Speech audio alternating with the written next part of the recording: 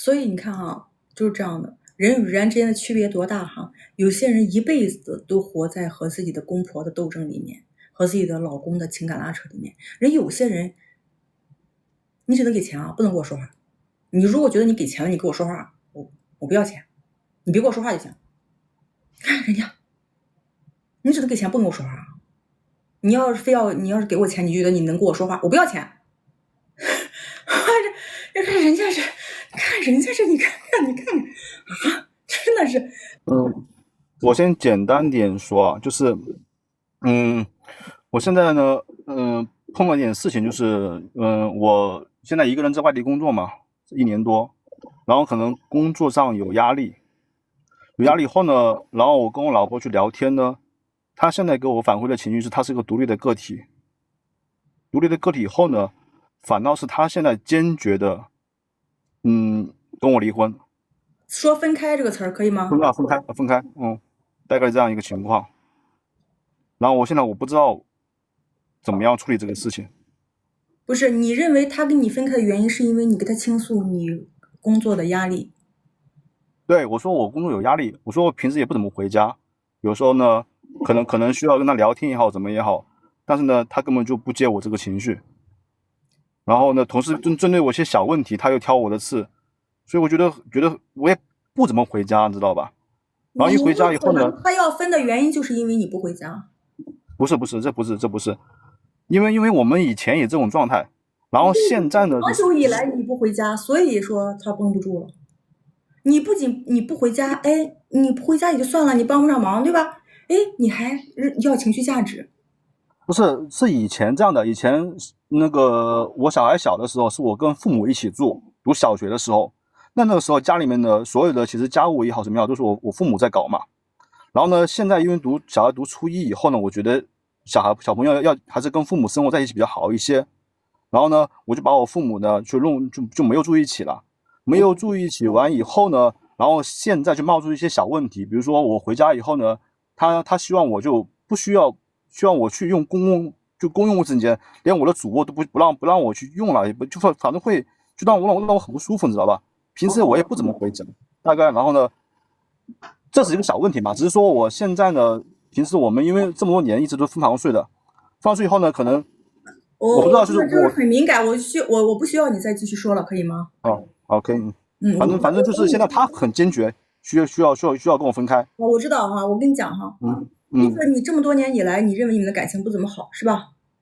现在就是我认为他们对我没有感情，其实我一直对他还有感情的，但我现在看这个事情以后觉得没感情了。我的意思是，咱们客观的去评价你们俩之间是不是感情不太好啊？现在是不太好，现在就是不太好。以前的时候你对人家有感情，人家对你也没有，是不是啊？我感觉现在结婚以后是没有，对，从我现在自己看清醒了嘛，我自己清醒了嘛。咱能正常对话不？您说，我就感觉我怎么跟你对话，怎么驴唇不对马嘴的？您说吧。我说咱们客观去评价，是不是这个人他对你没大有感情啊？你感觉？对，是的。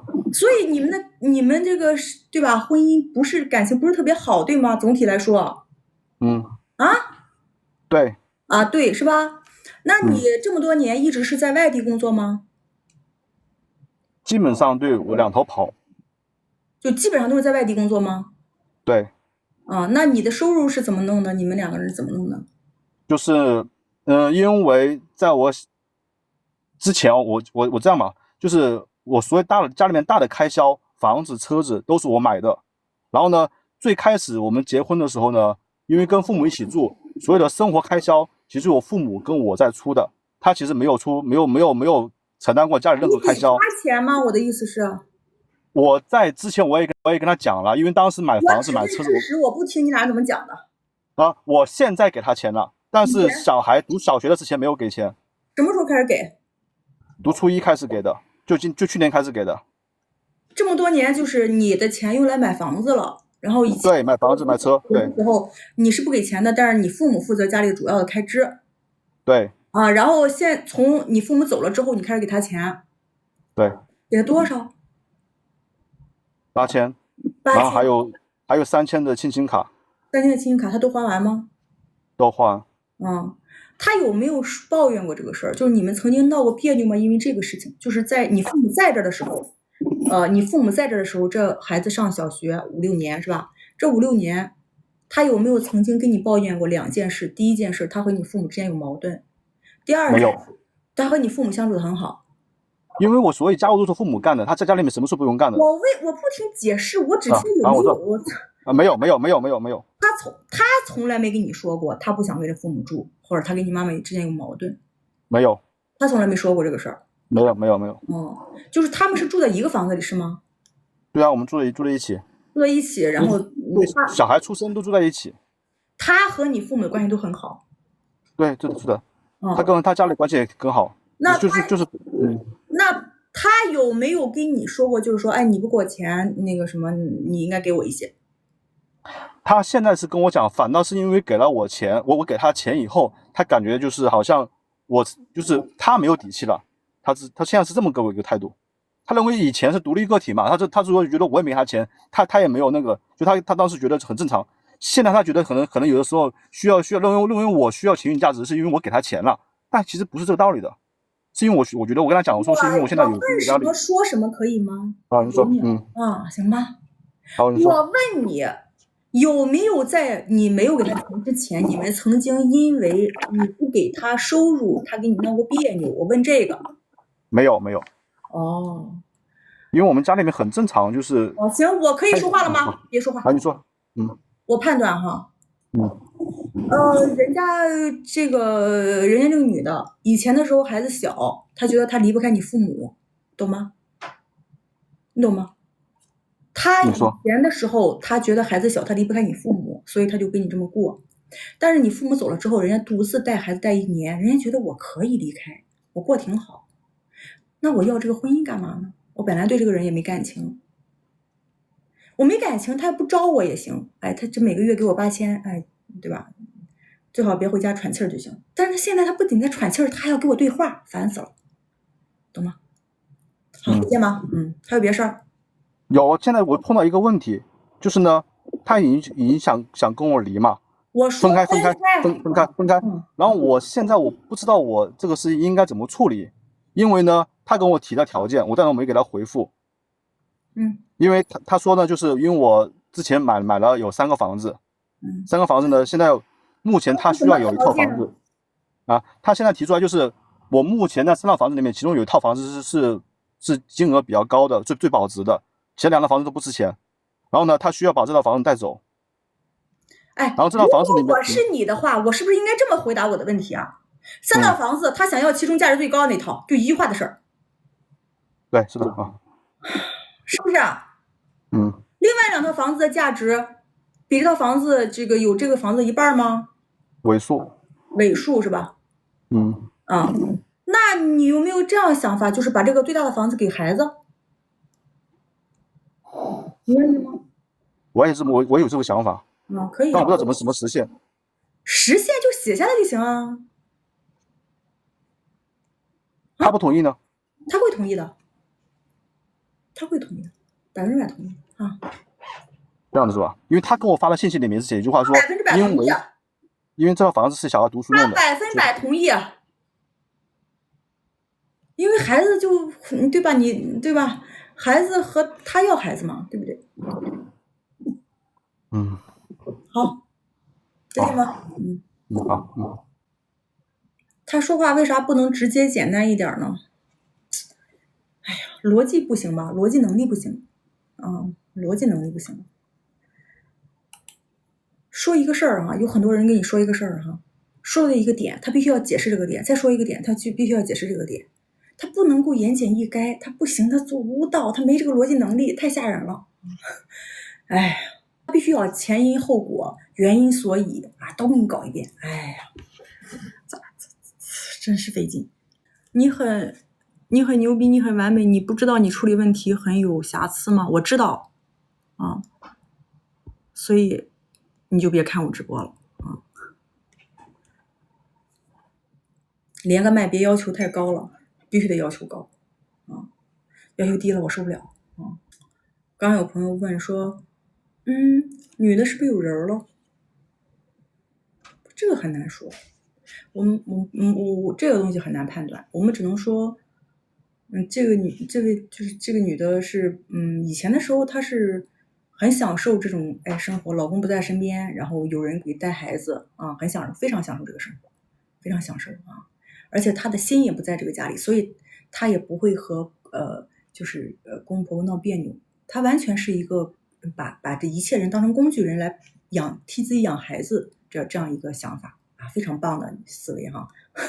他也不闹别扭，你会发现跟公婆闹别扭的人是没有这种思维，他不会把别人当成工具来用，工具它就是有好有坏，对吧？啊，有一些瑕疵的，但是你要是把对方当成工具，就是来帮我养孩子，你是不会那么挑剔的，你也不会跟别人闹别扭啊，你不会和工具闹别扭嘛啊，他就非常享受这个。但是他爷爷奶奶走了之后呢，他自己带了1年孩子，他发现我可以带得了，也挺好的啊。这个时候呢，男方又给8000块钱可以弥补人手不足，那我过得挺爽吧，对吧？我多爽啊！但是这个时候男的开始要情绪价值了，他说了一句话：我是个独立的个体啊，但是你现在呢，因为给我8000块钱啊，你给我要情绪价值，我受不了了，我宁可不要那这8000块钱啊，对吧？我也不想给你情绪价值，你别招我就行，你别惹我，别烦我就行。他是这个想法啊，关于他有没有人咱就不知道。不是，你们对女性有个误解，好像所有女的有人了，她才会对自己的丈夫没感情。她有没有可能她就是没感情啊？有没有人这是另说啊？好吧，女的就不能没有人吗？不能没有人啊？啊，她必须时时刻刻有人吗？所以你看啊，就是这样的，人与人之间的区别多大哈？有些人一辈子都活在和自己的公婆的斗争里面，和自己的老公的情感拉扯里面。有些人。你只能给钱啊，不能跟我说话。你如果觉得你给钱了，你跟我说话，我不要钱，你别跟我说话就行。看人家，你只能给钱，不能跟我说话。你要是给我钱，你觉得你能跟我说话，我不要钱。看人家这，你看啊，真的是。刚刚有朋友说，把婆媳关系处理这么好也是不差的。我告诉你们哈，为什么那么婆媳关系处理的好？我跟你们讲，不是因为有多少手段，其实是因为不入局。什么意思？之所以很多人他把婆媳关系处理的不好，是因为别人能拉动他的情绪，他认为他不是这个家庭的女主人，不是主体，别人都在烦他，别人都在搞他，而真正的有主体意识的人，他会觉得除了我是活的，其他都是工具，帮我养孩子的。我干嘛要跟工具生气啊？工具就是有好的有坏的，工具就是有便宜的有贵的，工具它总是有工具的缺陷，有工具的好处，用就是了，能用一点是一点，反正也没花钱。他不入局啊，他没有心，所以他能处理得好，懂吗？不入局没有心，好吧，主要是这个原因，好吧。那工具想要控制你们小家呢，那就把控制权给他，他最好能帮我控制，我啥都不管，啥也不管。你看，昨天晚上我婆婆公公来了，他们一来，我的想法你知道是什么？他们一来，我的想法就是妈呀，就是我省心了，啥也不用想了，啥都不用想了，爱咋穿什么吃什么喝什么，孩子怎么弄，什么都不用管，啥也不管啊。有时候我公公哈，我婆婆哈，平时不咋来是吧？几个月来一回，来这一回，他要指导孩子写作业，我都不管，爱写啥写啥，爱咋指导咋指导，爱说啥说啥啊。孩子不能吃这个，不能吃那个，不能这个，不能那个，他爱吃啥吃啥，爱咋咋地。那孩子不是很可怜，那孩子放你手里不可怜，放别人手里就可怜了，咋的？你那么厉害？我昨天的时候，我昨天对，昨天早上11点多，我带孩子在麦当劳吃早饭呢啊，11点多啊，我老公上单位去加班去了啊。11点多，我带孩子在麦当劳吃早饭呢，然后孩子奶奶打电话说啊，我们来了啊，那个做饭你们在哪儿呢？回来吃吧。我说我刚带孩子吃早饭就不吃了，然后我又过了一会儿带孩子回去了，带孩子回去，我感觉有20分钟吧，我婆婆已经把家里收拾了一个遍儿，就是我屋上床上的衣服都给你收起来，被子给你叠起来，然后那外面的脏的快递盒子给你摞起来，我公公摞的估计是，他给弄得很干净利索的。然后我就把孩子往那一扔，我说妈，我出门了，我就出门出来了。路上我在想一件事，像我婆婆这样的女性，就是这种传统的中国女性已经消失了。我很难想象有一天我上我儿媳妇家里去，她不在，我给她打电话说，我要给你做饭，回来吃吧。我是不是我跟你讲有枪指我也不会打这个电话。凭啥我上你家去，我还得做饭给你吃，还让你不在家等着我做饭给我吃，我还做饭给你吃。趁你不来还不做饭，还得给你收拾你的床上的衣服，给你弄这个弄那个，凭什么？你不把给我收拾好，好吧？我出去住5星级酒店去，我还给你收拾。我就这种传统的特别贤妻良母的中国女性已经在消失了，我觉得做不到。我觉得大部分的90后和80后的女性都做不到，咱做不到，咱就做不到哪一点？其实咱不是说干不了这个活，咱是做不到讨好别人。凭啥？我们总是会问一句凭啥？凭啥讨好你了？凭啥？我上你家去给你做饭，凭啥？做不到，你谁能做到？我是做不到，能做到吗？所以说有时候我觉得我们这个年代的女性，其实真的应该珍惜我们的婆婆那一代女性。我们是最后的这个，对吧？我们最后的受益者，我们真的是最后这一代受益者了，真的。不管是我妈还是我公公婆婆，还是我爸我妈，他们真的都是一心一意为儿女，一心一意为儿女啊！真的是就是那个，对吧？真的是血流干、汗流干的那么为儿女操劳呀！真的是啊，最后这一代了。我能在健身房吭哧的流汗啊，我做不到在那里抓着个腚铺床单子收拾脏衣服，我做不到，我是真做不到。我说你们能做到的就去做吧，反正我是不行。我觉得我能做的是什么？我能做的是，如果儿媳妇嘴甜，我会带她去下馆子旅游然后做美容、做美甲做头发、逛街。我觉得这个是我能做到的。如果她是个知情知趣的，对吧？说话好玩的人很有意思的一个女孩子的话，我觉得我最多能做到这个